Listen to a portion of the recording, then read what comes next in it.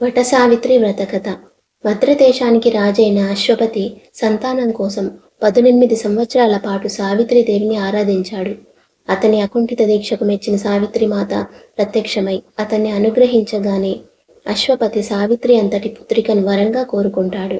అతని భక్తికి మెచ్చిన దేవి తన వరప్రసాదమైన ఆ పుత్రిక వల్ల అశ్వపతికి ఎనలేని కీర్తితో పాటు 9 పుత్రులు కలుగుతారని అనుగ్రహించింది.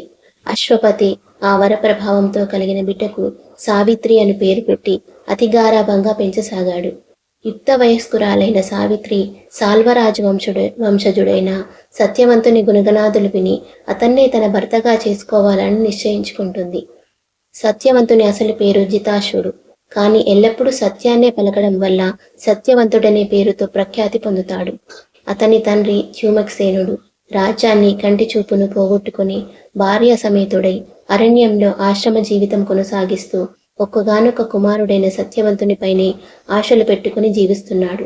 నారదుని ద్వారా వివరాలు విన్న సావిత్రి సత్యవంతునితో వివాహం జరిపించమని వేడుకుంటుంది.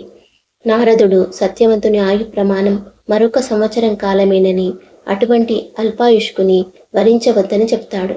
కాని దృఢచిత్త ఏ సావిత్రి విధిని తన మనోబలంతో ఎదుర్కొనగలగని చెప్పి మార్గాంతరం చూపమని నారదుణ్ణి ప్రార్థిస్తుంది.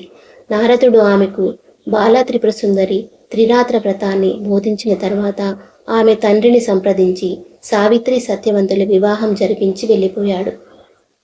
మంత్రదేశపు రాకుమారిగా అతి గారాభంగా పెరిగిన సావిత్రి అతి సామాన్యమైన ఇల్లాలుగా నిరాడంబరంగా ప్రశాంతమైన ఆశ్రమవాసంలో జీవితాన్ని గడపడం ప్రారంభించింది.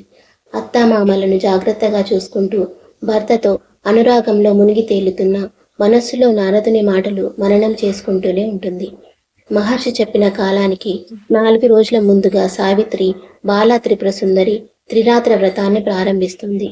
కఠోర దీక్షతో ఆ వ్రతాన్ని నియమబద్ధంగా పూర్తి చేస్తుంది. 4వ నాడు ఉదయాన్నే శుచిగా అడవిలో లభించే అలసందలు, బెల్లం కలిపిన అట్లు తయారు చేసి వెన్నముద్దతో పాటు అమ్మవారికి నివేదిస్తుంది. తరువాత అడవిలో ముత్తైదువులు ఎవరూ దొరక్కపోవడంతో మర్రి చెట్టునే ముత్తైదువుగా భావించి చెట్టుకే చీర రవికలు పెట్టి 108 సార్లు నూలు దారంతో చెట్టు చుట్టూ చుట్లు వేస్తుంది. పిమ్మట భర్తకు భోజనం పెట్టి తాను కూడా భుజించి వ్రత సమాప్తి చేస్తుంది. నారదుడు చెప్పిన గడువు రోజున యథాప్రకారం భర్త గొడ్డలితో అడవిలోకి బయలుదేరగానే తాను కూడా భర్తతో పాటు నడవసాగింది. భర్త వెంట నడుస్తున్న సావిత్రి అతను చూపుతున్న వింతలు చూస్తూ చెబుతున్న విశేషాలు వింటున్న ఆమె సర్వేంద్రియాలు భర్తపైనే కేంద్రీకరించి ఉంచింది. కాసేపయ్యాక ఆ దుర్గడియ రానే వచ్చింది. నడిచి నడిచి అలసిన భర్తను తన వడిలో పడుకోబెట్టుకుంది సావిత్రి. మరుక్షణమే నిద్రలోకి జారిపోయాడు సత్యవంతుడు. ఇంతలో మహిషపు గంటలు గనగనవని మోగగా పాశహస్తుడై భీకరాకారంతో వచ్చిన కాలయముడు సత్యవంతునిలోని జీవుణ్ణి చెరపట్టి లాగాడు. త్రిరాత్ర వ్రతం చేసిన ఫలం వల్ల ఎవరికీ కనిపించని ఆ భీకర దృశ్యాలు సైతం ఆ సావిత్రికి కనిపించసాగాయి.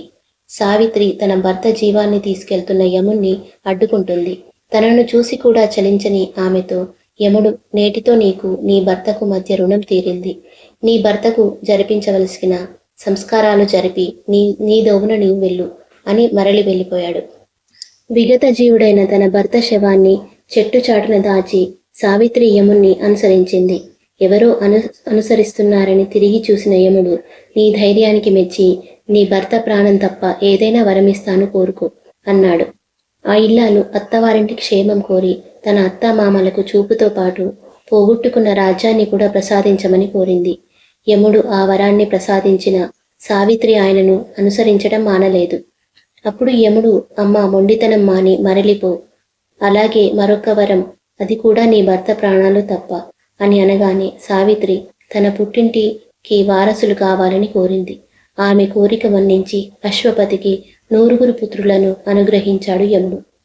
అయినప్పటికీ సావిత్రి పట్టు వీడక యముణ్ణి అనుసరిస్తూ, స్వామి 7 అడుగులు నడిస్తే అపరిచితులు కూడా బంధువులవుతారు కదా, మనిద్దరం అంతకన్నా ఎక్కువ నడవడం వల్ల ఆత్మబంధువులయ్యాం కదా అని అన్నది. దానికి యముడు, సావిత్రి నీ మాటలు నన్ను సంతోషపరిచాయి, మరొక వరమిస్తాను అడుగు అన్నాడు. స్వామి, మీరు ఈసారి ఎట్టి నిబంధనలు విధించలేదు కాబట్టి నా సౌభాగ్యాన్ని నాకు ప్రసాదించమని వినమ్రంగా చేతులకు జోడించి కోరింది.